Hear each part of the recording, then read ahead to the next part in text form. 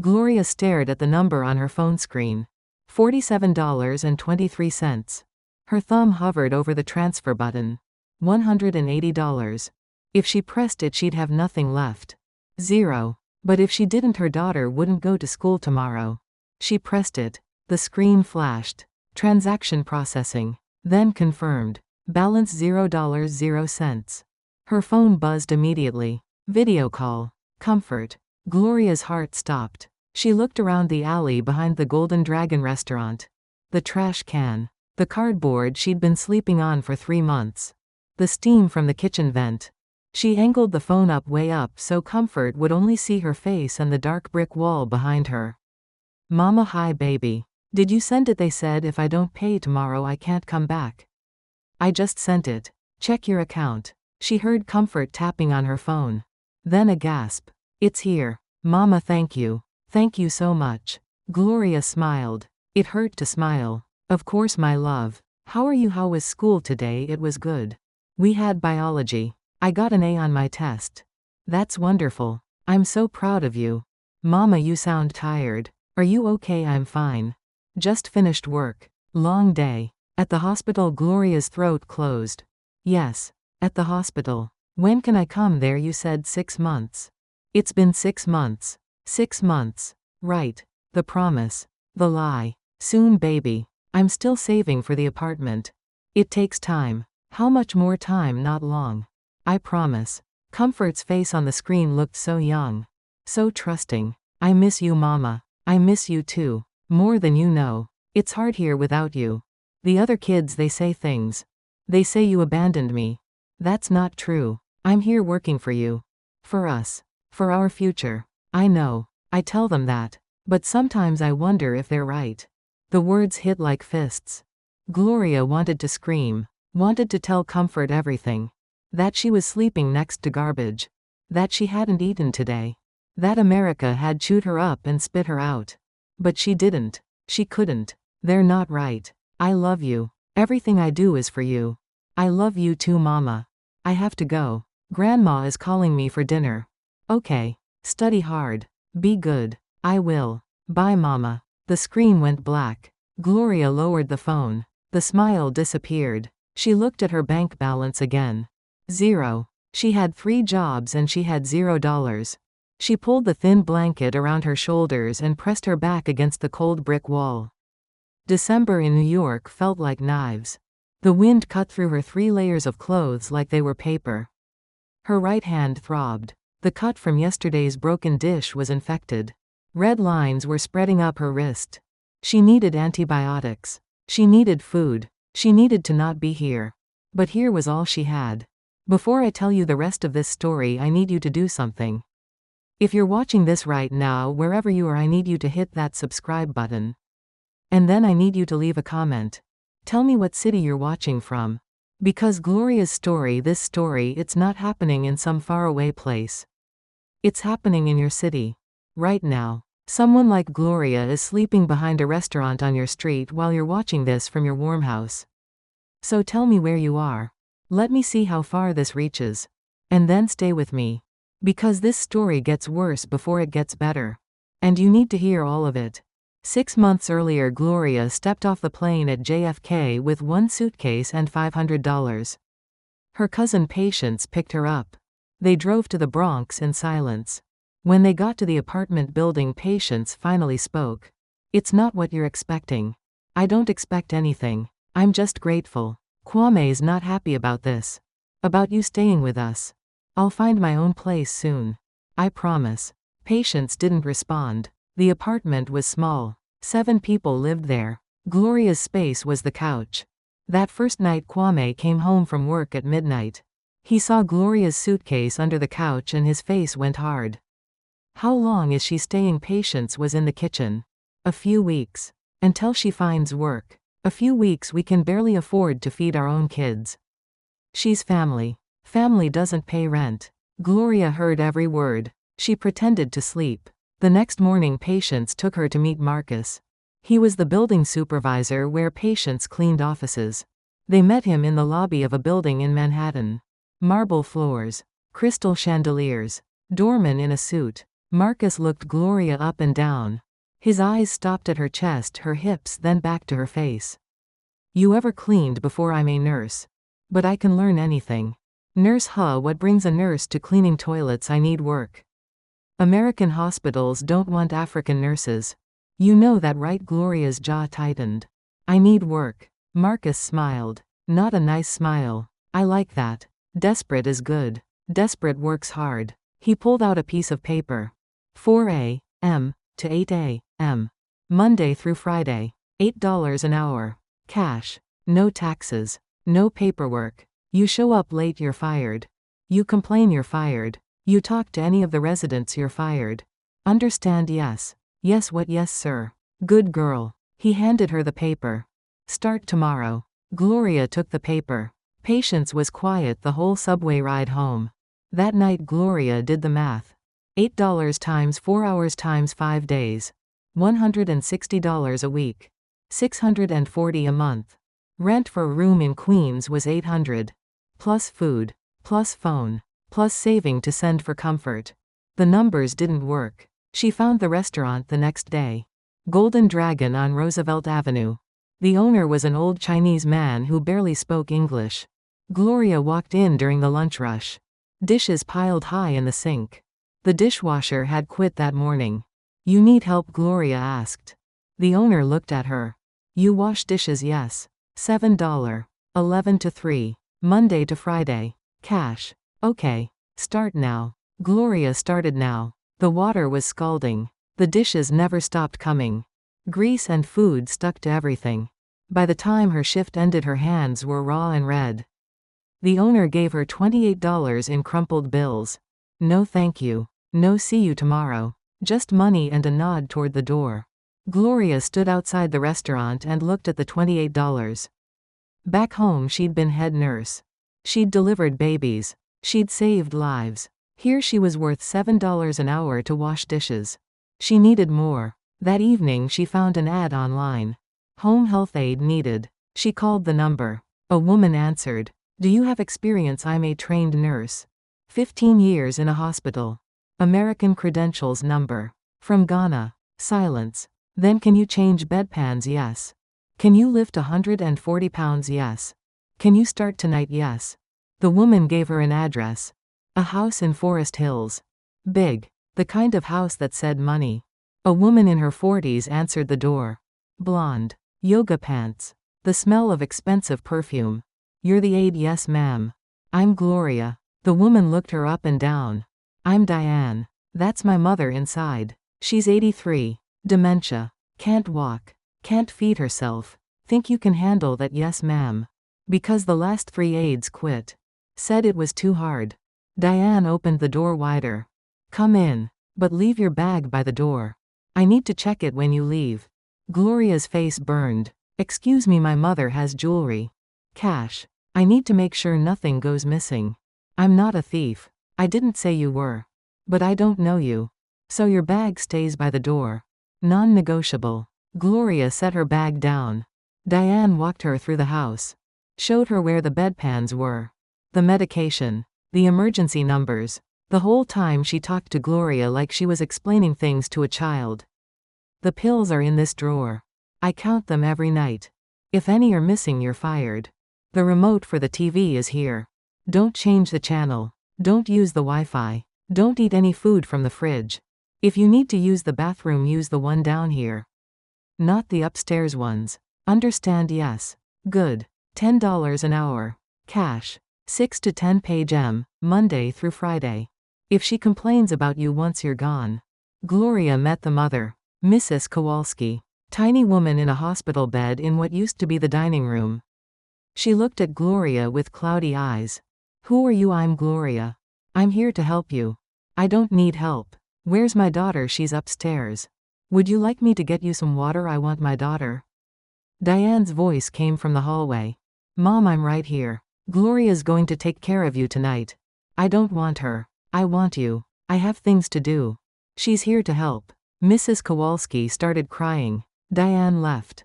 Gloria sat next to the bed and held the old woman's hand until she calmed down.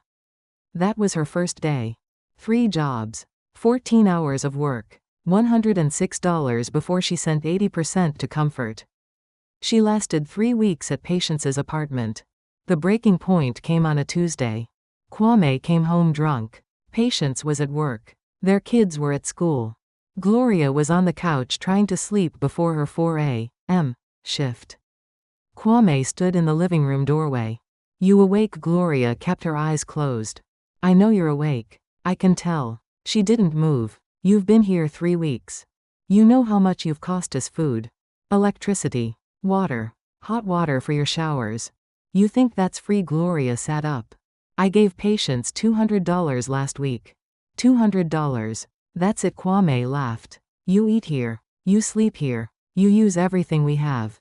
$200 is an insult." "Then tell me what you want." "I want you to contribute properly." "How much money's not the only way to contribute." Gloria.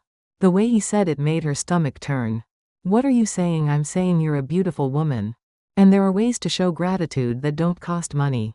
Gloria stood up. "I need to go." "Where?" "It's midnight. I have work early." "Work doesn't start until 4.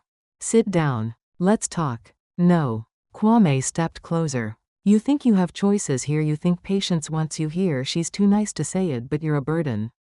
You're costing us money we don't have. Unless you're willing to make it worth our while."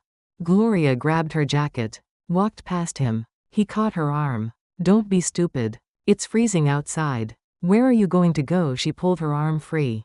"Anywhere but here." She walked out. It was 1 a.m. 20 degrees. She had nowhere to go. But she walked anyway. Away from that apartment. Away from Kwame. Away from the worst version of what America could be. She walked until she found an all-night McDonald's. Sat in a corner booth until 5 a.m. Then walked to her cleaning job. Marcus saw her come in with her jacket on, exhausted, and he smiled. "Rough night." "I'm fine." "You don't look fine. You look like you need a place to stay." Gloria's blood went cold. "I have a place." "Do you? Because you look like someone who's running out of options." "I could help with that. I have connections. People who rent rooms. Cheap. If you're nice to me." His hand touched her lower back. Gloria stepped away so fast she hit the wall.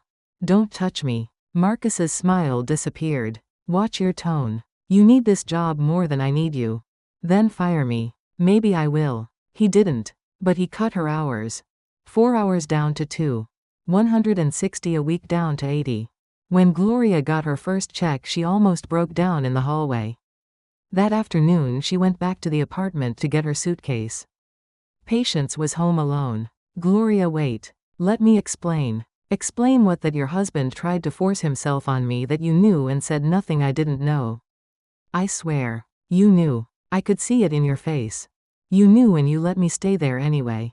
Patience's eyes filled with tears. "What was I supposed to do? He's my husband. We have kids. If I take your side, if I fight him, he'll leave. Then I have nothing. So you chose him over me." "I chose my family over you." "I'm sorry. But yes." Gloria picked up her suitcase. "We're family too. Or we were." "Gloria, please. Where will you go?" "I don't know. But anywhere is better than here."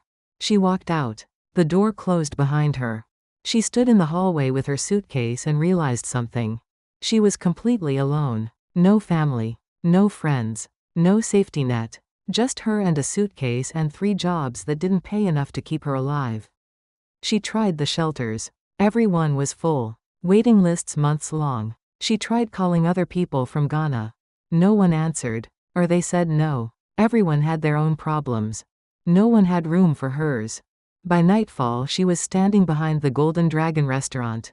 The place she worked. The dumpster was overflowing. The trash cans stunk. But there was a space between the wall and the fence. Narrow. Hidden. Out of the wind. A homeless man walked by. Stopped. Looked at her suitcase. First time. Gloria nodded. "Find cardboard. Lots of it. Keeps the cold off. Wake up before 5. Pack everything. Sanitation comes early. They'll throw your stuff away if you're not careful. Thank you. Welcome to the bottom." He kept walking. Gloria found cardboard. Flattened boxes from the liquor store. She made a bed between the wall and the trash can. Pulled every piece of clothing from her suitcase. Put it all on. 3 shirts. 2 pairs of pants. 2 sweaters. 1 jacket. One blanket. She lay down on the cardboard. The ground was hard. The cold seeped through everything. The smell from the trash made her gag. Somewhere nearby people were yelling. A siren wailed past. Car horns. Music from a bar. The city was so loud. She pulled out her phone. Looked at the last photo Comfort had sent. Her daughter smiling in her school uniform. 14 years old. Trusting her mother to keep promises she couldn't keep. Gloria started crying. Not quiet crying. The kind that comes from somewhere so deep it feels like drowning. She pressed her face into the blanket so no one would hear. Cried until her throat hurt. Until her chest ached. Until she had nothing left. Then she stopped. Because crying wouldn't change anything. Crying wouldn't pay rent. Crying wouldn't bring comfort here. Crying was a luxury she couldn't afford. She wiped her face. Set her alarm for 4:30 a.m. and closed her eyes. Tomorrow she'd work. Tomorrow she'd send money home. Tomorrow she'd smile when Comfort called and pretend everything was fine. Tomorrow she'd survive. Because that's all she had left. The trash can sat next to her in the dark. Cold metal. Full of garbage. Just like her. That was night 1. 92 more nights to go. The alarm went off at 4:30. Gloria's body screamed when she tried to move. Every joint felt frozen. Her fingers wouldn't bend. She forced herself up, rolled the cardboard, stuffed everything into her suitcase. By 4:40 the alley looked empty. Like no one had been there at all. She walked 3 blocks to the McDonald's. The bathroom mirror showed her what she'd become. Dark circles under her eyes. Chapped lips. Hair she couldn't wash properly. She used paper towels and hand soap to clean her face, her neck, under her arms. Changed her shirt in the stall. Someone banged on the door. Hurry up in there. Gloria finished. Walked out. The woman waiting gave her a look that said everything. At the office building, Marcus was already there. He watched her walk in, watched her move slowly, watched her wince when she bent to pick up the mop. You look like hell. I'm fine. Where'd you sleep last night? Park bench. Gloria didn't answer. Started mopping. I asked you a question. I slept fine. Marcus walked closer. You didn't go back to your cousin's. I know because I asked around. So where are you staying? That's not your business. Everything about you is my business. I'm your boss. He grabbed the mop handle. Their hands touched. You know my offer still stands. I have a room. It's warm. Has a real bed. Running water. You could stay there. If you're willing to be grateful. Gloria pulled the mop away. I have a place. Liar. Marcus smiled. You're living on the street, aren't you? Proud African nurse sleeping like a dog. That's pathetic. Something inside Gloria snapped. At least I'm not a predator who preys on desperate women. Marcus's face went dark. What did you just call me? You heard me. You're fired. Fine. I'm serious. Get out. Gloria put down the mop.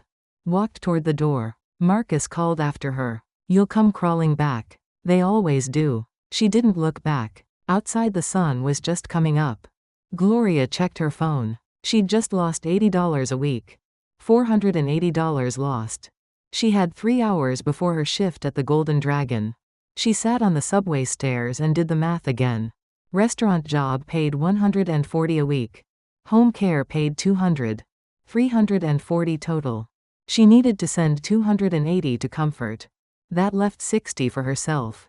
$60 a week for food, phone, medication, everything. It wasn't enough. It had never been enough. Her phone rang. Unknown number. She almost didn't answer. Hello, is this Gloria Mensa? Yes. This is Dr. Patel from Community Health Services. You came to our clinic last week about your hand. Gloria looked at her right hand.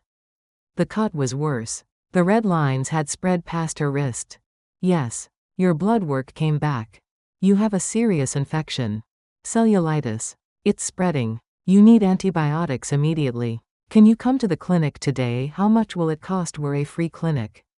No cost. But you need to come today. This could become septic. I have work. Miss Mensa, if this gets into your bloodstream, you could lose your hand. Or worse. This is serious. Gloria closed her eyes. What time? We open at 9. Come as soon as you can. She went. The clinic was in a basement in Queens. Fluorescent lights. Plastic chairs. 20 people waiting. Gloria took a number. Sat down. The woman next to her was holding a baby that wouldn't stop crying. First time here, the woman asked. Yes. You get used to the wait. Sometimes it's 2 hours. Sometimes 4. But they're good people. They actually care. The woman looked at Gloria's hand. That looks bad. I know. How'd you get it broken dish at work? You wash dishes, yes. The woman nodded. I clean houses. 12 hours a day. My back is destroyed. But at least it's work, right? At least we're not back home starving. Gloria wanted to argue. Wanted to say that starving in America felt worse than starving at home because at least at home you had dignity. But she didn't. She just nodded. They called her name at 11. A young doctor looked at her hand, his face grim. How long has it been like this? 5 days. Why didn't you come sooner? I couldn't afford to miss work. He cleaned the wound. She bit down hard to keep from screaming. He wrapped it in clean bandages and handed her a prescription. Antibiotics. Take them exactly as prescribed. All of them. Don't stop even if you feel better. And keep this clean and dry. No water. No work with your hands for at least 3 days. I can't not work for 3 days. You have to. If you don't, you could lose this hand. Do you understand? You could lose your hand. Gloria took the prescription. Thank you. The pharmacy was next door. Also free. She got the pills and swallowed the first one dry in the waiting room.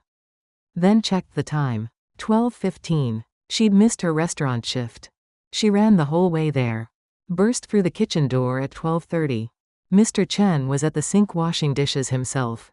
He looked up, his face hard. You're late. I'm so sorry. I had a medical emergency. My hand, it's infected. I had to see a doctor.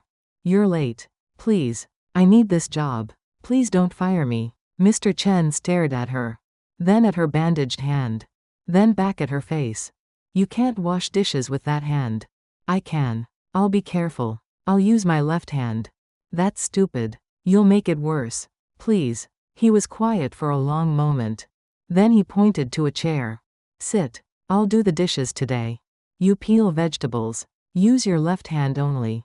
Gloria almost cried. Thank you. Thank you so much. Don't thank me. Just work. She worked. Peeling carrots and potatoes with one hand took 3 times as long. But she did it. Mrs. Chen came into the kitchen at 2, saw Gloria struggling and didn't say anything. Just set down a plastic container of rice and chicken next to her. Still warm. Mrs. Chen walked away before Gloria could thank her. Gloria ate. First real meal in 3 days. She ate every bite. When her shift ended, Mr. Chen handed her the money. $28. But then he added another 20. For missing this morning. And for the doctor. Don't tell anyone. Gloria's throat closed up. I don't know what to say. Don't say anything. Just come back tomorrow. On time. She left. Stood outside the restaurant. $48 felt like a fortune. She could buy real food. Maybe a better blanket. Maybe. Her phone rang. Comfort. Mama, I got my test results. I passed everything. All A's. Gloria switched to video. Smiled wide. That's wonderful, baby. I'm so proud. The teacher said I'm the best student in the class. Of course you are. You're brilliant. Mama, when can I come there? I miss you so much. The smile hurt. Soon. I'm looking at apartments this week. Very nice ones. Just a little more time. You said that last month. I know. But I mean it. Very soon now. Comfort's face changed. Mama, are you okay? You look tired. I'm fine. Just busy at work. What's that behind you? Gloria realized she was still on Roosevelt Avenue. The restaurant sign was visible behind her. She angled the phone up, showing only sky. Just a street. I'm walking home from the hospital. Oh, okay. Comfort paused. Mama, Auntie Patience called Grandma. She said you left her house. She said she doesn't know where you are. Gloria's heart stopped. What? Grandma asked me if you told me anything. I said no. But Mama, where are you living? I have my own place now. I moved out because I wanted privacy. Then why didn't you tell me? I was going to. I wanted to surprise you. Send you pictures when everything was ready. Can I see it now? Not now. It's being painted. Next week. Comfort's eyes were suspicious.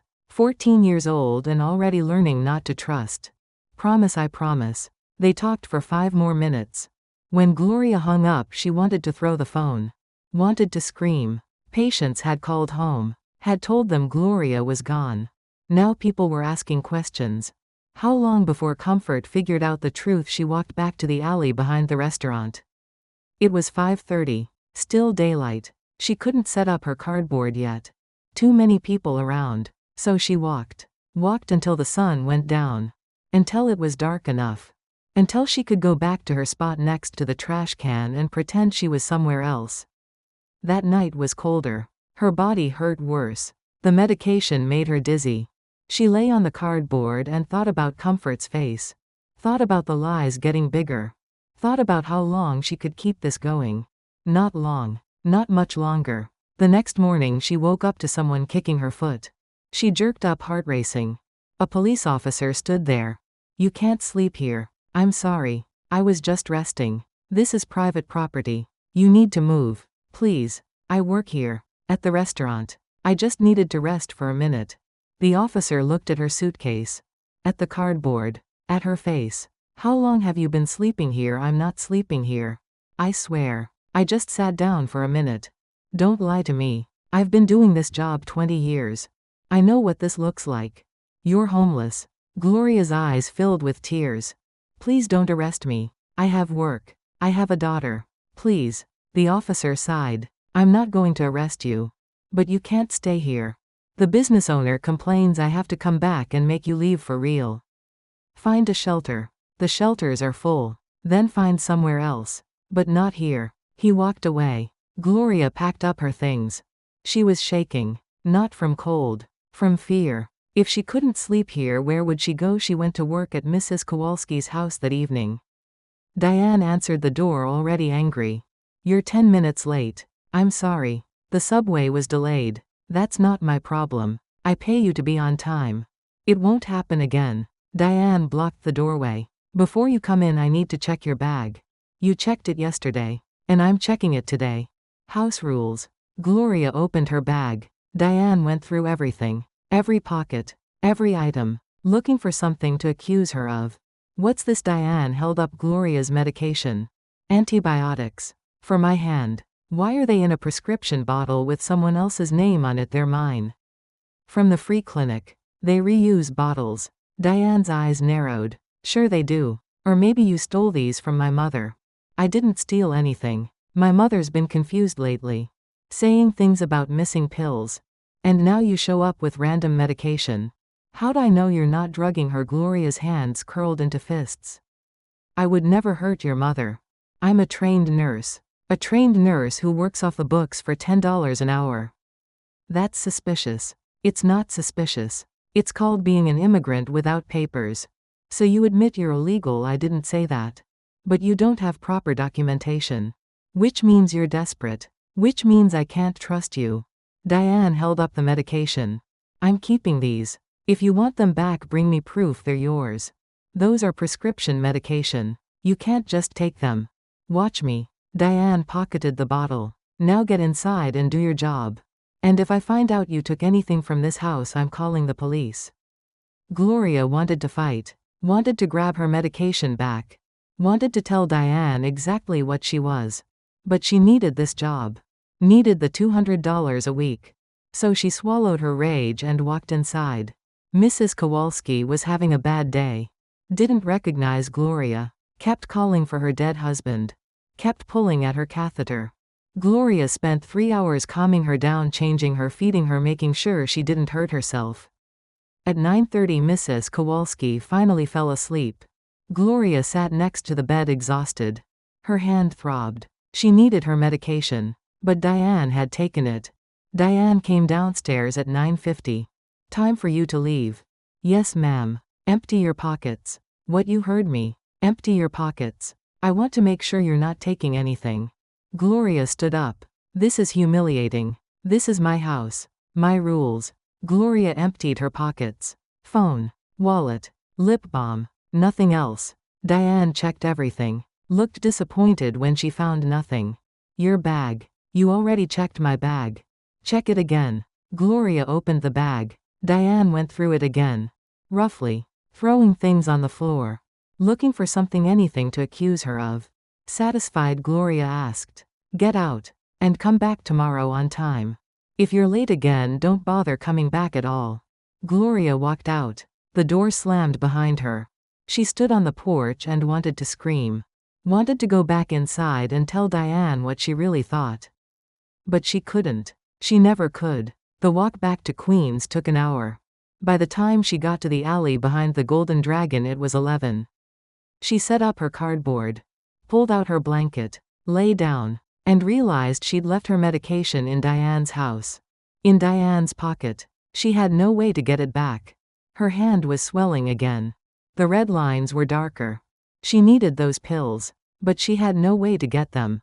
No way to go back to the clinic. No money for a different pharmacy. She pulled out her phone, stared at the screen, thought about calling Comfort, thought about telling her everything, thought about giving up, but she didn't, because giving up meant Comfort would know her mother was a failure. Giving up meant everything she'd suffered was for nothing. Giving up wasn't an option. So she lay there in the cold, next to the trash can, with an infected hand and no medication and no hope. And she closed her eyes and told herself tomorrow would be better. It wasn't. Tomorrow Mr. Chen would find her passed out in the alley. Tomorrow the infection would spread to her blood. Tomorrow everything would get worse. But tonight she didn't know that yet. Tonight she still believed she could survive this. She was wrong. Gloria woke up to someone shaking her shoulder. She couldn't open her eyes. Her body felt like it was on fire. The shaking got harder. Miss, wake up. She forced her eyes open. Mr. Chen's face swam above her. He looked scared. You're burning up. How long you been like this? Gloria tried to sit up. Couldn't. I'm fine. What time is it? 9:30. You missed your shift. I came to look for you. 9:30. Panic shot through her. No. I need to work. You need hospital. I can't afford hospital. Mr. Chen pulled out his phone. I'm calling ambulance. Gloria grabbed his wrist with her good hand. Please don't. They'll bill me thousands. I'll lose everything. Please. You're going to die out here. I'm fine. I just need to rest. Mr. Chen looked at her hand. The bandage was soaked through with something yellow. His face went pale. That's infected bad. Really bad. I have medication. I just need to take it. Where is it? Gloria's mind was foggy. Where was it? Diane. Diane took it. Someone took it from me. Who? My other job. The woman. She thought I stole it. Mr. Chen stood up. Stay here. Don't move. He disappeared. Gloria lay back down on the cardboard. Everything hurt. Her hand felt like someone was stabbing it with hot knives. Her head pounded. She couldn't stop shivering even though she felt like she was burning. 10 minutes later, Mr. Chen came back with his wife. Mrs. Chen took one look at Gloria and started speaking rapid Chinese to her husband. They argued for a minute. Then Mrs. Chen knelt down and started unwrapping Gloria's hand. The smell hit first. Rotting. Death. Mrs. Chen made a sound of disgust. The wound was worse. Way worse. The skin around it was black. Red streaks ran up Gloria's entire arm now. This is sepsis, Mrs. Chen said in broken English. You die from this. I can't go to hospital. Then you die here. Mr. Chen pulled out a bottle of pills. My son's antibiotics. From last month. Take 2 now. I can't take your son's medication. Take it or die. Your choice. Gloria took the pills. Swallowed them dry. Mr. Chen helped her stand up. You can't sleep here anymore. Too cold. Too sick. You come inside. Inside where? My apartment. Upstairs. Just until you're better. Gloria started crying. Why are you helping me? Mr. Chen looked uncomfortable. My wife's sister. She came to America same way. Died on the street. Nobody helped her. I don't want that again. They took Gloria upstairs to a tiny apartment above the restaurant. Put her on a couch. Mrs. Chen brought blankets, soup, tea. Gloria fell asleep and didn't wake up for 16 hours. When she finally opened her eyes, it was dark outside. Her phone was buzzing. 37 missed calls. All from Diane. Gloria's stomach dropped. She'd missed work. Missed an entire day. She called back. Diane answered on the first ring. Where the hell have you been? I'm so sorry. I was sick. I have an infection and I don't care about your excuses. My mother has been alone all day. Do you know how dangerous that is? I'm sorry. I'll come now. Don't bother. You're fired. Please. I need this job. Please give me one more chance. You abandoned my mother. Left her in that bed for 16 hours. She could have died. I was unconscious in an alley. I wasn't abandoning anyone. That's not my problem. You're unreliable. You're done. Diane paused. And another thing. My mother died this afternoon. Gloria's blood went cold. What, she died? Stopped breathing around 3. The ambulance came. They couldn't save her. I'm so sorry. I didn't know. If I'd been there, if you'd been there, maybe she'd still be alive. That's not fair. I was sick. Or maybe you gave her something. Those pills you had. Maybe you drugged her and ran. What number? I would never. The police want to talk to you. They're investigating her death. Apparently her morphine levels were too high. Someone gave her extra medication. Gloria felt like she was falling. I didn't give her anything. I only gave her what you told me to give her. That's not what the pill count says. There are pills missing. 20 pills. And you were the last person with access. I didn't take any pills. I swear on my life. Save it for the police. Don't contact me again. And if I were you, I'd leave town. Because when they find out you're an illegal immigrant working off the books, you're going to jail. The line went dead. Gloria stared at the phone. Mrs. Kowalski was dead. Diane was accusing her of stealing pills. Of killing her. The police were looking for her. Mrs. Chen appeared in the doorway. You okay, number? My other job. The woman died. And her daughter thinks I killed her. Did you, number? Of course not. Mrs. Chen studied her face. Then nodded. Okay. I believe you. The police want to talk to me. Then don't talk to them. You have papers. Gloria shook her head. Then definitely don't talk to them. They'll deport you. But I didn't do anything wrong. Doesn't matter. You're black. You're immigrant. You're poor. They won't believe you anyway. Gloria knew she was right. And that made everything worse. She stayed in the Chen's apartment for 3 days. Took the antibiotics. Rested. Her fever broke. Her hand started healing. But the whole time she was terrified. Terrified the police would find her. Terrified Diane would press charges. Terrified everything she'd worked for was about to disappear. On the 4th day, Comfort called. Mama, why haven't you answered my messages? I'm sorry, baby. I've been really sick. Sick how? Just a bad infection. But I'm better now. Grandma said Auntie Patience is looking for you. She said you owe them money. Gloria's jaw tightened. I don't owe them anything. Then why is she saying you do? Because she's lying. Mama, what's going on? Everyone's saying things. Auntie Patience says you're homeless. Auntie Grace says you lost your job. Grandma's worried. And I don't know what to believe anymore. Gloria closed her eyes. I'm fine. Everything's fine. Stop lying to me. The words hit like a slap. What? I'm not a baby anymore, Mama. I know something's wrong. I can hear it in your voice. Just tell me the truth. Gloria wanted to say that she'd been sleeping next to garbage. That she'd lost 2 jobs. That someone died and now she was being accused of murder. That America had destroyed her piece by piece until there was nothing left. But she couldn't. Because if she said any of that, Comfort would lose hope. And hope was all Gloria had to give. I had some setbacks. But I'm working through them. I promise. When can I come there? Soon. You keep saying soon. It's been 6 months. I know. Do you even want me there? Of course I want you there. You're everything to me. Then why aren't you sending for me? Because I'm trying to make sure everything is perfect for you. I don't want you to come here and struggle the way I have. Comfort was quiet for a long moment. Maybe I should just stay here.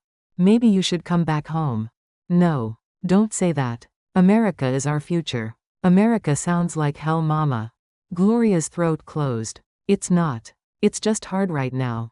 But it'll get better. I promise it'll get better. Okay. Comfort didn't sound convinced. I have to go. Grandma's calling. I love you. Love you too. The call ended. Gloria sat there staring at the phone. Her daughter was losing faith in her. In them. In everything they'd been working toward. She had to fix this. Had to find a way to make money, get an apartment, bring Comfort here before she lost her completely. But how? She'd lost 2 jobs. She was wanted for questioning in a death investigation. She had no papers, no references, no way forward. The next day she forced herself back to work at the Golden Dragon. Mr. Chen looked relieved to see her. "You're better." "Yes. Thank you. For everything." "Don't thank me. Just work." She worked. But moving boxes, lifting heavy pots using her healing hand. Everything hurt. Halfway through her shift she dropped a tray of dishes. They shattered everywhere. Mr. Chen didn't yell, just pointed at the broom.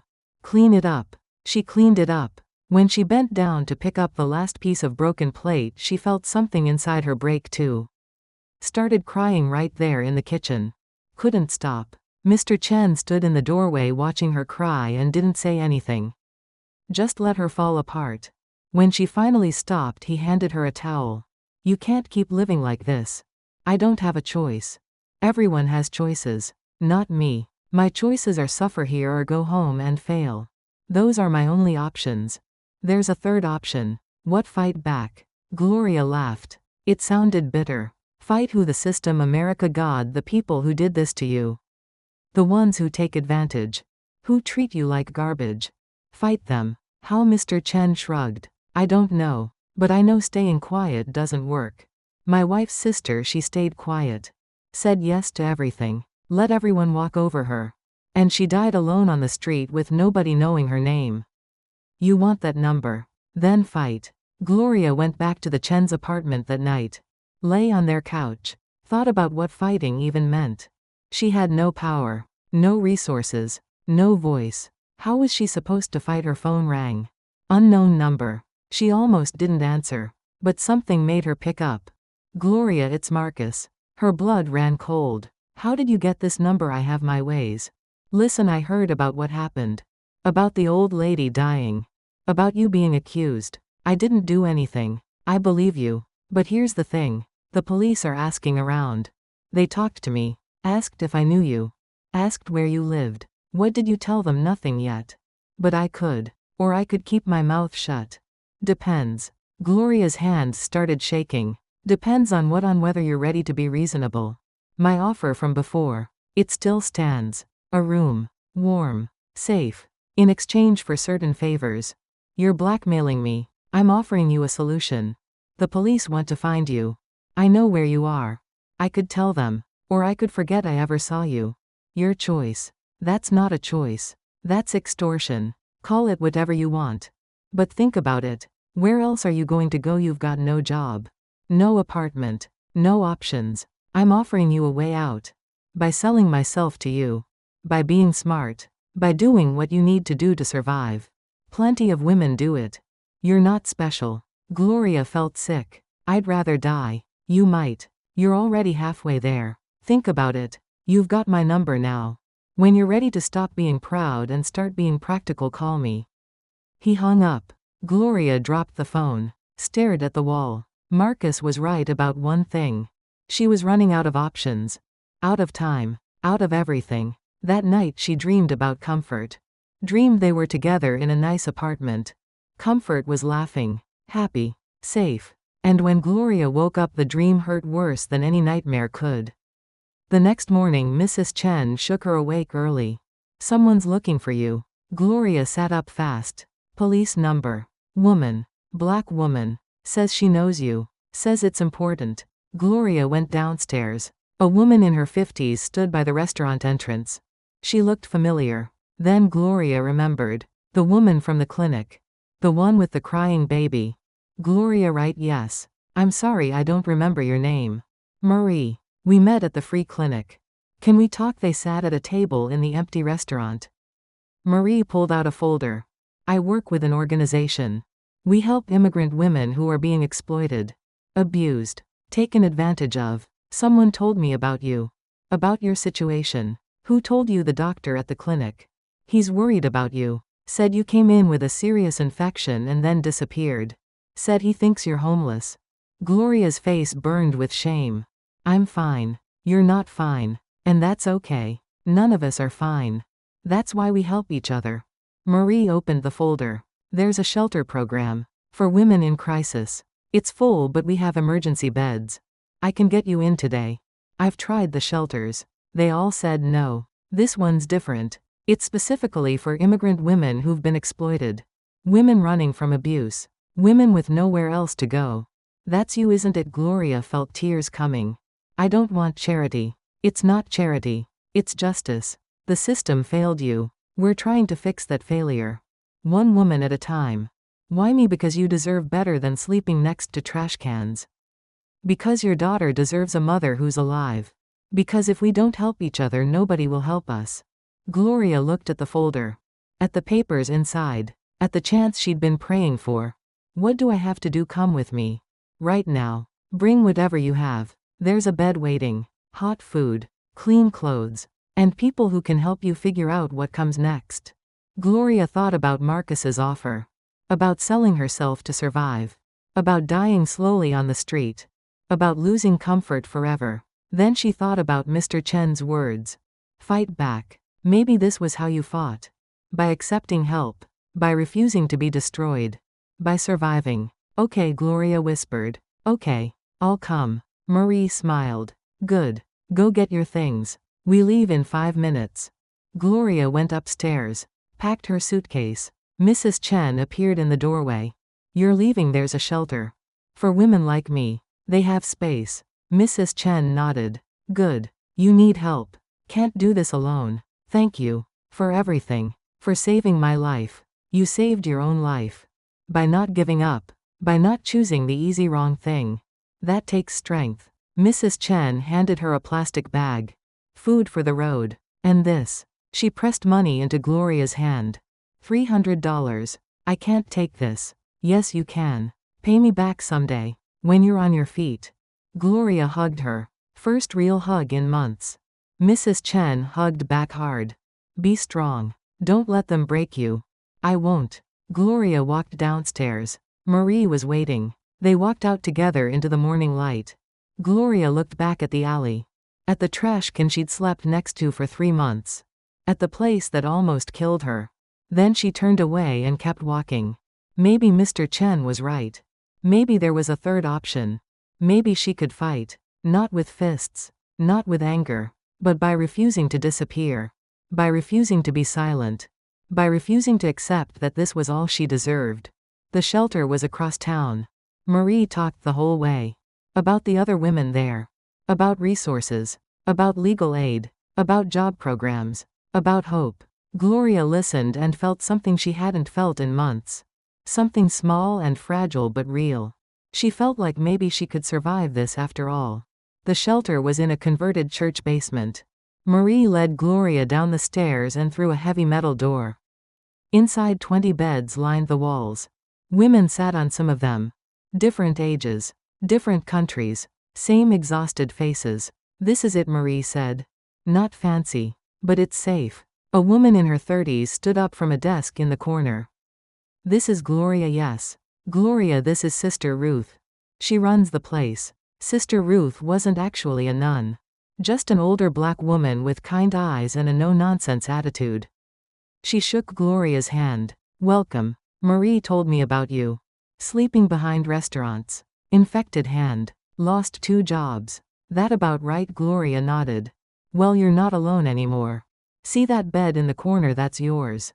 There's a shower down the hall. Dinner's at 6. Breakfast at 7. House rules are simple. No drugs. No alcohol. No men. No violence. You break those rules, you're out. Understand? Yes, ma'am. Good. Now go clean yourself up. You smell like a dumpster. Marie laughed. Ruth doesn't sugarcoat things. No point, Ruth said. These women need honesty, not pity. Gloria went to the shower. First hot water in 3 months. She stood under it for 20 minutes. Washed her hair 3 times. Scrubbed her skin until it hurt. Watched 3 months of street dirt swirl down the drain. When she came out, there were clean clothes on her bed. Jeans that almost fit. A sweater. Socks. Underwear. She put them on and felt almost human again. Dinner was rice and beans. Gloria sat at a long table with 8 other women. Nobody talked at first. Then a young woman across from her spoke. First day, yes. You'll get used to it. I'm Fatima. Gloria. Where you from? Ghana. Fatima nodded. Somalia. Been here 4 months. You 6 months. In America, I mean. Here just today. What happened to you? Gloria didn't know where to start. So she just said everything. Fatima smiled sadly. Yeah, that's how it goes. Another woman joined the conversation. Older. Tired eyes. I'm Rosa. Guatemala. My kids got taken by ICE 3 months ago. I'm trying to get them back. Gloria's chest tightened. I'm so sorry. Don't be sorry. Just tell me your story. We all share here. Helps us remember we're not crazy. That this system is designed to destroy us. So Gloria told them. About sleeping next to the trash can. About Kwame. About Marcus. About Diane and Mrs. Kowalski. About Comfort thinking her mother was living the American dream when really she was dying in an alley. When she finished, Rosa was crying. Fatima looked angry. Sister Ruth, who'd been listening from the kitchen, came over. Diane's accusing you of killing her mother, yes. But you didn't. No. I gave her exactly what I was supposed to give her. Nothing more. Then we need to prove that. Before the police find you. How? Ruth pulled out a phone. I know a lawyer. She works with immigrant women. She'll take your case pro bono. But you have to be willing to fight. I don't have any proof. No pay stubs. No contract. Nothing in writing. That's what Diane's counting on. That you'll be too scared to fight back. That you'll just disappear. But you're not going to do that. Right? Gloria thought about Mr. Chen's words. About fighting. About refusing to be silent. Right. Good. I'll call her tomorrow. In the meantime, you rest.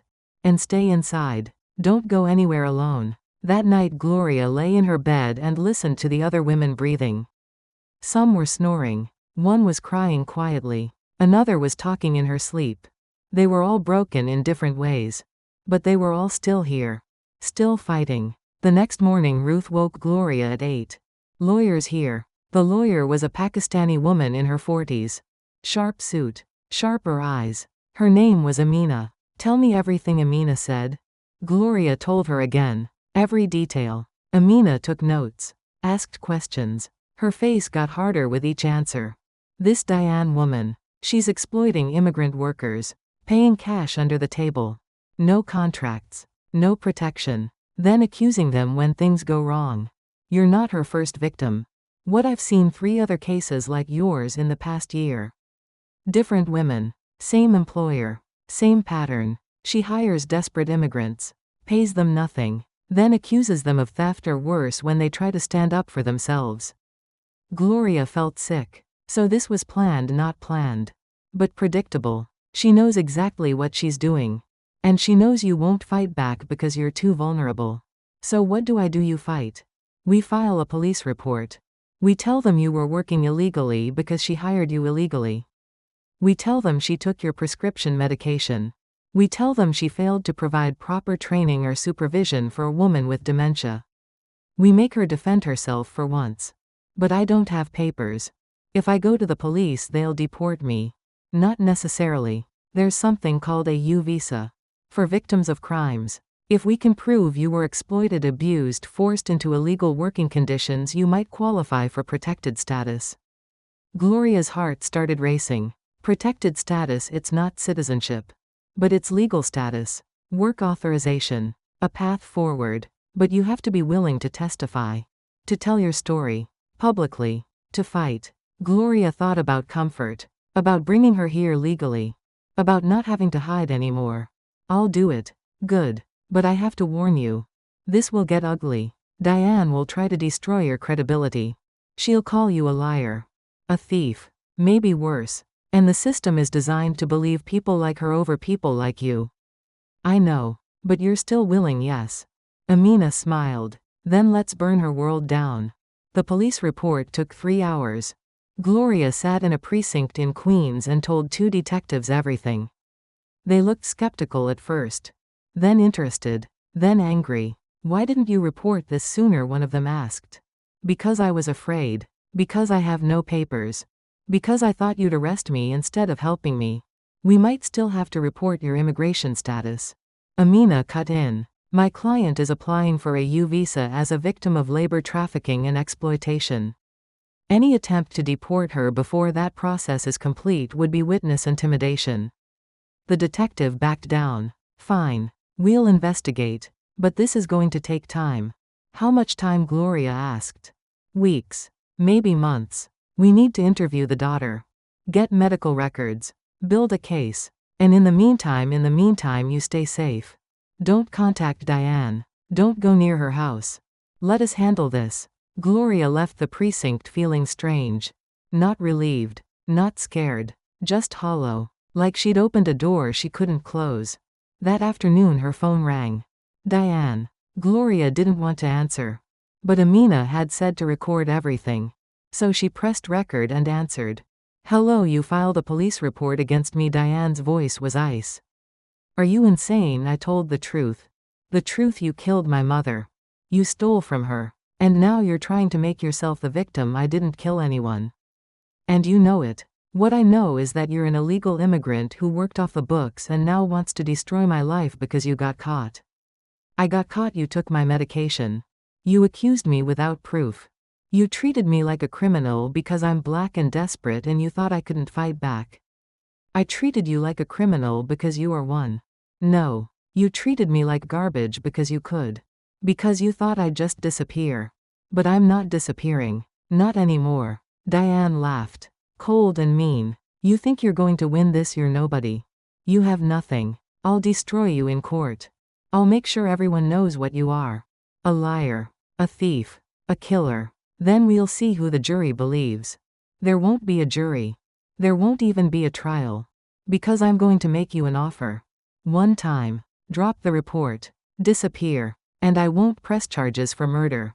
Gloria's hands were shaking. I'm not dropping anything. Then I'll make sure you go to prison. Or back to whatever shithole country you crawled out of. Your choice. The line went dead. Gloria sat there staring at the phone. Amina had been listening on speaker. She's scared, Amina said. That was a desperate move. She threatened me. Good. Now we have her on recording threatening a witness.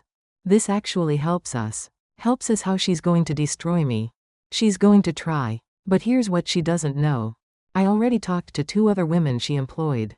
Women she accused of stealing. Women she paid illegally. And they're willing to testify. Diane's pattern of exploitation is about to become very public. Gloria felt something shift inside her. Something hard and angry. How many women has she done this to? At least 7 that I know of. Probably more. And they all just accepted it, disappeared. Most did. Because they were afraid. But not anymore. You fighting back gave them courage. Now they want to fight too. That night at the shelter Gloria couldn't sleep. She kept thinking about those 7 women. About how many more were out there. About how the system protected people like Diane and destroyed people like her. Fatima rolled over in the bed next to hers. You okay? Number. Want to talk about it? Gloria told her about the phone call. About Diane's threats. About the other women. Fatima was quiet for a long time. Then she said, I was trafficked. Brought here with promises of a good job. They took my passport. Made me work 20 hours a day. Beat me when I complained. I escaped 6 months ago. But I've never told anyone the full story. Never reported it. Because I was too afraid. Why are you telling me now? Because you're fighting. And it makes me think maybe I should fight too. Maybe if we all start fighting, maybe things could change. Or maybe we all just get destroyed together. Maybe. But at least we go down swinging. Gloria thought about that. About going down swinging. About refusing to be silent anymore. The next day Ruth called a meeting. All the women in the shelter gathered in the common room. Ruth stood in front. Some of you know Gloria's story. About the woman who accused her. About the exploitation. About the fight she's picking. Well, her lawyer thinks there are more women out there. Women who've been treated the same way. And she wants to know if any of you have similar stories. The room was silent. Then Rosa stood up. The family I worked for. They paid me $4 an hour to clean their house. Told me if I complained they'd call ICE. When I asked for my wages they said I stole from them. Called the police. I ran before the cops came. Another woman stood. The restaurant I worked at. The owner said he'd sponsor my visa. Made me work 16-hour days. Then told me the visa application was denied because I wasn't working hard enough. Later I found out he never filed anything. Just lied to keep me working for free. Another. My employer locked me in the house. Said I couldn't leave until I paid back my travel costs. $15,000. On a salary of $200 a week. One by one they stood.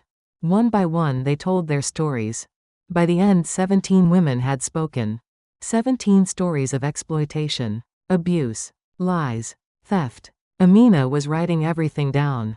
When the last woman finished, Amina looked up. This is bigger than I thought. This isn't just individual cases. This is systemic. And if you're all willing, we can file a class action lawsuit. Make some noise. Force change. A lawsuit takes years, Ruth said. These women don't have years. Then we go to the media.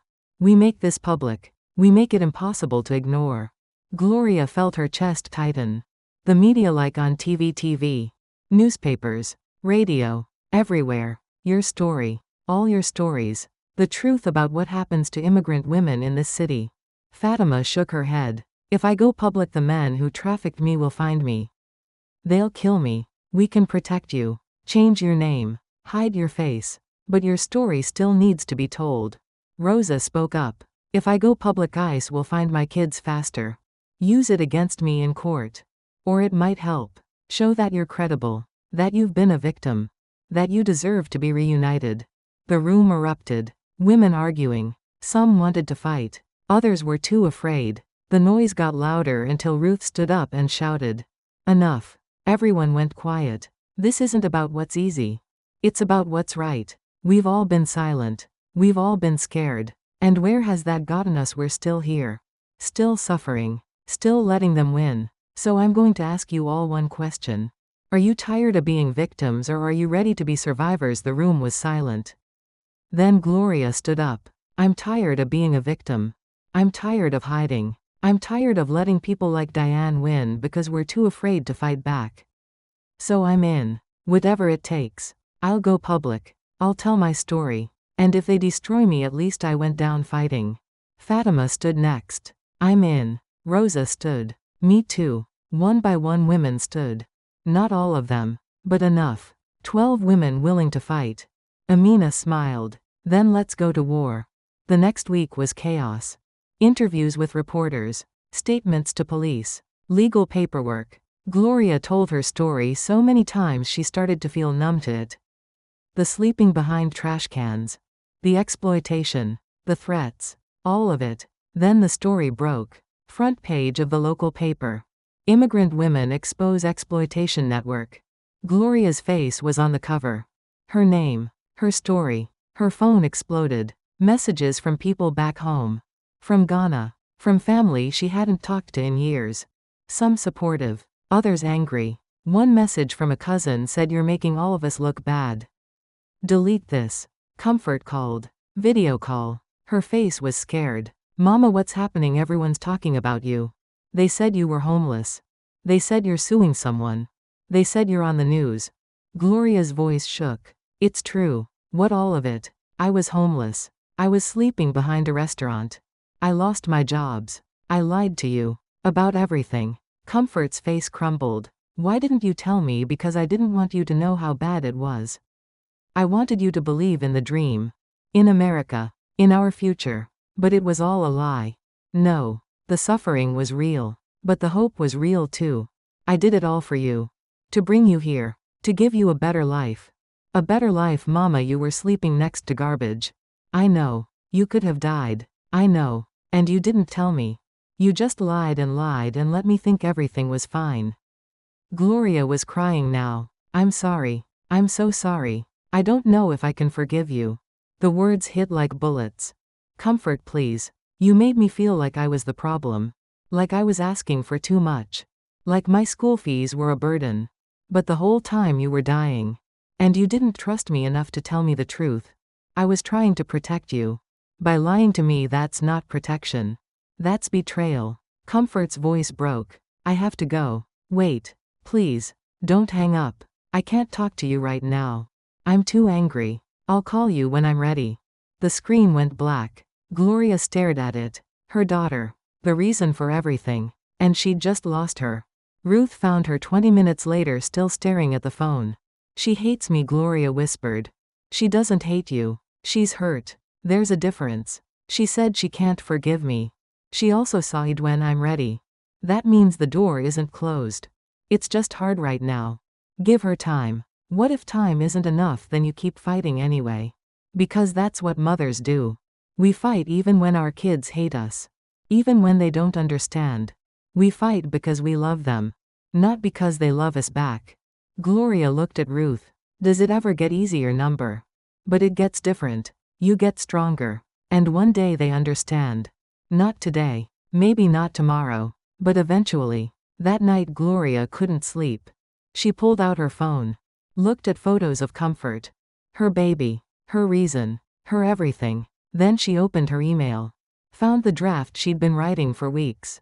The apology. The explanation. The truth. She added one more paragraph.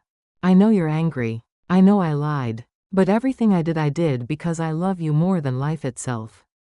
I failed in so many ways. But I never failed at loving you. And I'm going to keep fighting. For you. For us. For all the women who come after us. Because if I don't fight now, the cycle never ends. I hope someday you'll understand. But even if you don't, I have to try. I love you. Always. Mama. She pressed send. Then she got out of bed. Found Amina's number. Called her even though it was midnight. Gloria, what's wrong? Nothing's wrong. I just wanted to tell you something. Okay. Whatever happens. Whatever Diane throws at us. Whatever the system does. I'm not backing down. I'm seeing this through. All the way. Amina was quiet for a moment. Then she said, good. Because tomorrow we're holding a press conference. And I need you to speak.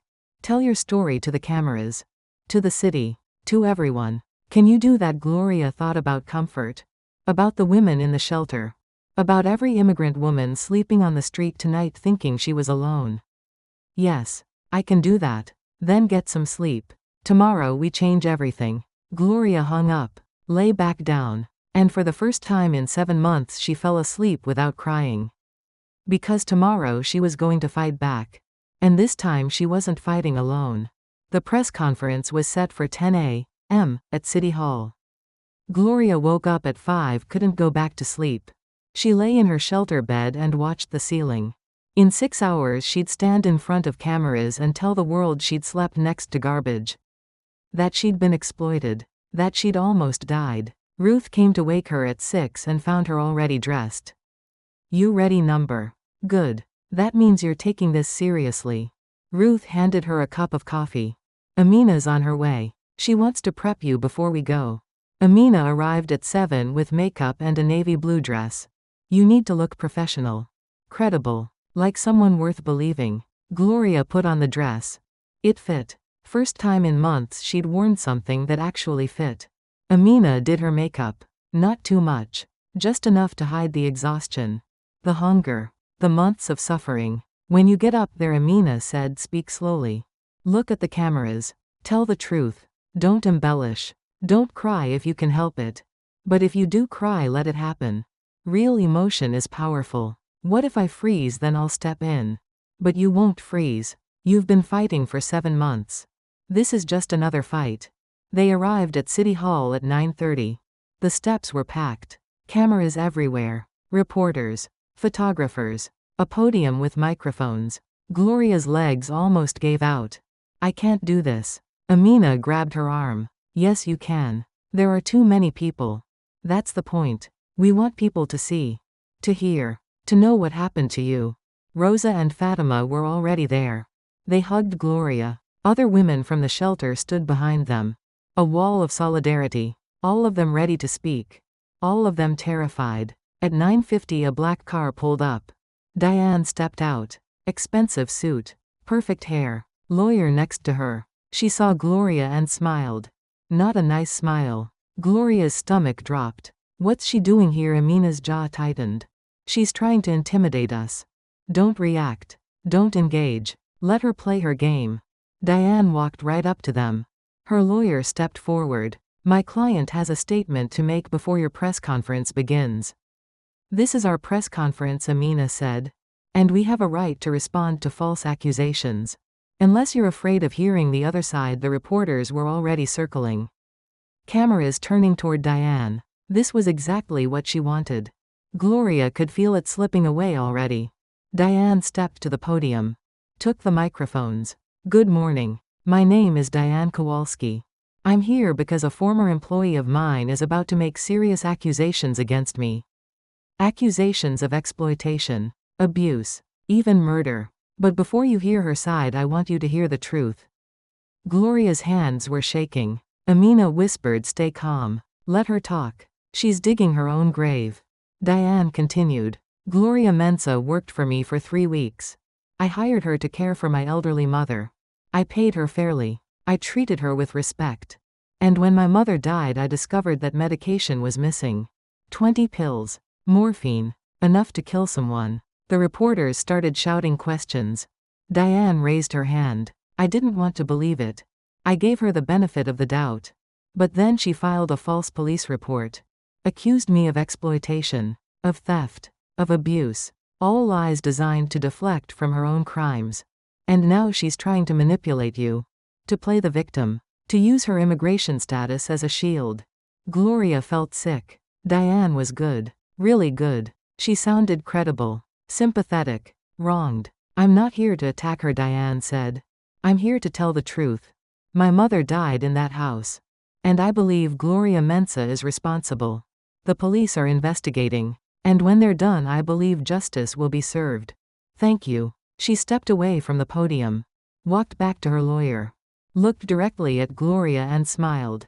The reporters mobbed Amina. Is this true? Did she steal medication? Is she being investigated for murder? Amina stepped to the podium.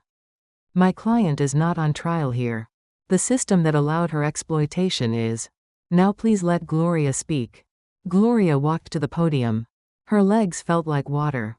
The cameras were blinding. So many people staring, judging, waiting for her to mess up. She opened her mouth. Nothing came out. Amina touched her shoulder. You've got this. Gloria closed her eyes. Thought about comfort. About the women behind her. About every woman still sleeping on the street tonight. She opened her eyes. My name is Gloria Mensah. I'm 42 years old. I'm from Ghana. And 7 months ago I came to America with $500 and a promise to my daughter that I'd build us a better life. Her voice was shaking. But she kept going. Instead, I ended up sleeping next to a trash can for 3 months. I was sexually harassed by my cousin's husband. I was exploited by multiple employers who paid me illegally and threatened me when I complained. And when I worked for Diane Kowalski, I was treated like a criminal from day one. The reporters were writing frantically. Gloria's confidence grew. She searched my bag every day. She accused me of stealing before I ever took anything. She confiscated my prescription medication because she didn't believe it was mine.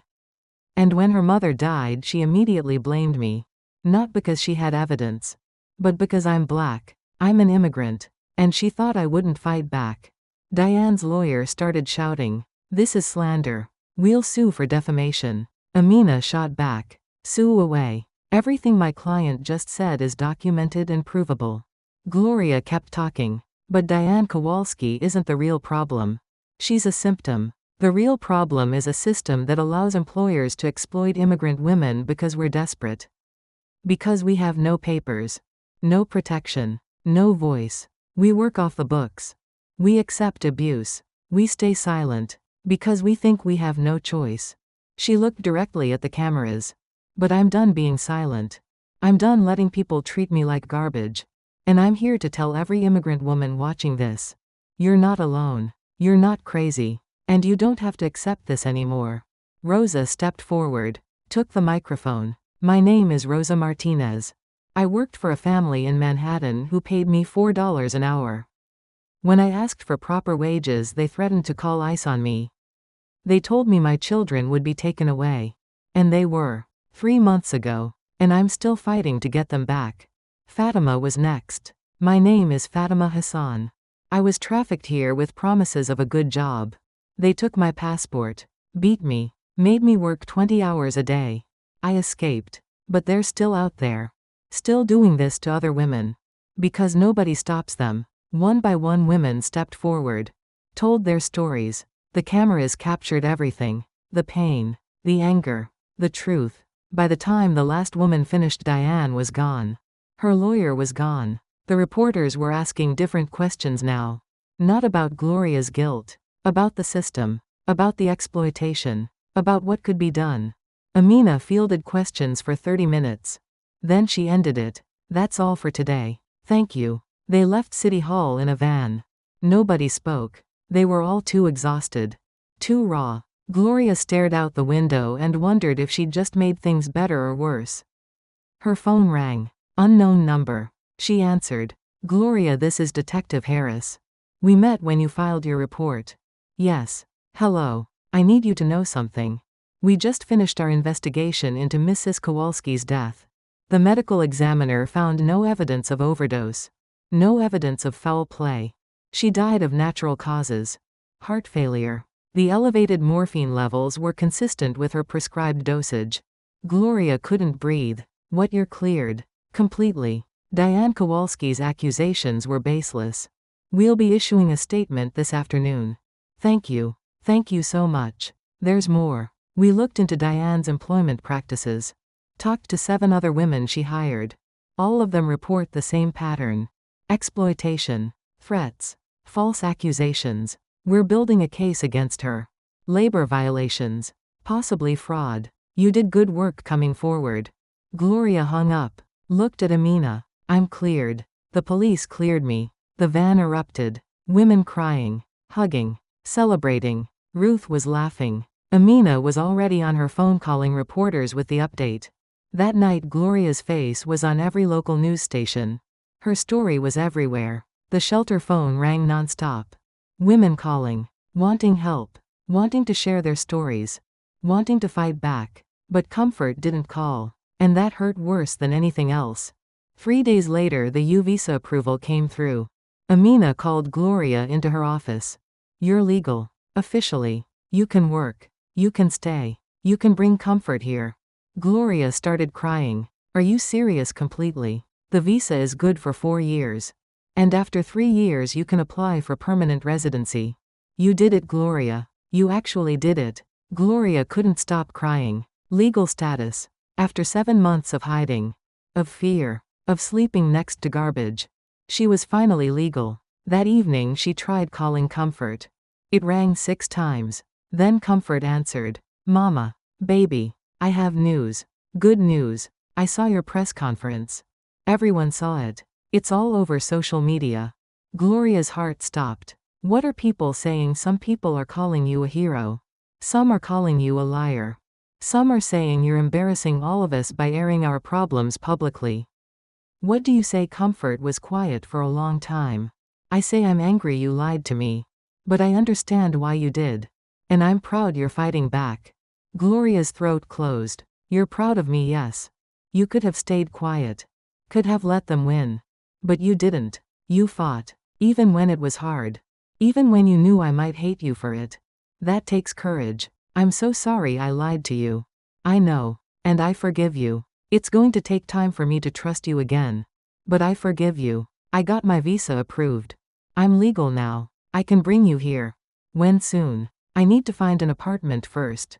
Get stable. But soon. Really soon this time. Okay. I'll start packing. They talked for an hour. About school. About the press conference. About what happened to Mrs. Kowalski. About the future. When they hung up, Gloria felt lighter than she had in months. 2 weeks later a hospital called. They'd seen her story on the news. They needed nurses. Would she be interested in interviewing? Gloria interviewed the next day. They offered her a job on the spot. $55,000 a year. Full benefits. Legal employment. She started crying in the interview. The manager thought she was upset. Is the salary too low? We can negotiate. No. It's perfect. I'm just happy. I haven't had a real job in so long. Well, you have one now. Welcome to the team. Gloria worked her first shift 2 days later. Real scrubs. Name badge. Colleagues who treated her like an equal. She walked through the hospital halls and felt like herself again. Not a dishwasher. Not a toilet cleaner. A nurse. On her break she went outside. Walked 3 blocks. Found the Golden Dragon restaurant. Mr. Chen was at the register. You came back, he said. I wanted to thank you. For everything. For the antibiotics. For not calling the police. For believing in me. Mr. Chen shrugged. I didn't do much. You saved my life. And I'll never forget it. She handed him an envelope. $300. Mrs. Chen's money. Plus interest. You didn't have to. Yes, I did. You helped me when nobody else would. Now I'm paying it forward. Mr. Chen took the money. What happens now? Now I live. I bring my daughter here. I work. I fight for other women like me. I survive. Good. That's good. Gloria walked behind the restaurant. Found the alley. The trash can was still there. Still leaking. Still smelling like rot. She stood next to it for a long time. Remembered the 93 nights she'd slept there. The cold. The fear. The lies she told her daughter. But she also remembered the strength it took to survive. The courage it took to fight back. The woman she'd become because of it. She pulled out her phone. Took a picture of the trash can. Posted it online with a caption. I slept next to this for 3 months. It almost destroyed me. But I'm still here. Still fighting. Still alive. To every woman out there suffering in silence, you're not alone. Fight back. Speak up. Survive. Because you deserve better than this. The post went viral. Thousands of shares. Thousands of comments. Women all over the country sharing their stories. Their pain. Their survival. 1 month later, Gloria stood at JFK Airport. Arrivals gate. Holding flowers. Comfort's plane had just landed. Gloria watched the doors. Watched people stream through. Then she saw her. 14 years old. Taller than Gloria remembered. Beautiful. Comfort saw her. Dropped her bag. Ran. They collided in the middle of the terminal. Held each other so tight Gloria couldn't breathe. Both of them crying. People around them stopped to watch. Some were crying too. I missed you so much, Comfort whispered. I missed you too. Every single day. Are we really going to be okay now? Gloria pulled back. Looked at her daughter's face. I don't know. Maybe. Maybe not. But we're together. And that's enough. They left the airport. Took the subway to Queens. To the apartment Gloria had rented. Small. 1 bedroom. But clean. Safe. Warm. Home. Comfort put down her bag. Looked around. It's perfect. You can have the bedroom. I'll take the couch. No. We'll share. I don't want to be apart from you anymore. That night they lay in bed together. Comfort's head on Gloria's shoulder. Just like when she was little. Mama, yes, tell me the truth now. All of it. No more lies. So Gloria did. She told her everything. About Kwame. About Marcus. About Diane. About the trash can. About the infection that almost killed her. About the press conference. About fighting back. When she finished, Comfort was quiet for a long time. Then she said, "You're the strongest person I know. I don't feel strong. But you are. You survived when most people would have given up. You fought when most people would have stayed silent. You're my hero, Mama." Gloria started crying again. I'm nobody's hero. I'm just a woman who refused to die. That's what makes you a hero. 6 months later, Gloria stood on the same City Hall steps where she'd given her press conference. But this time she wasn't speaking. She was watching. Amina was at the podium. Announcing a new law. Protection for domestic workers. Legal recourse for exploitation. Penalties for employers who hired immigrants illegally and abused them. This law exists because women like Gloria Mensah refused to stay silent, Amina said. Because they fought back. Because they demanded better. And now every immigrant worker in this city has protection.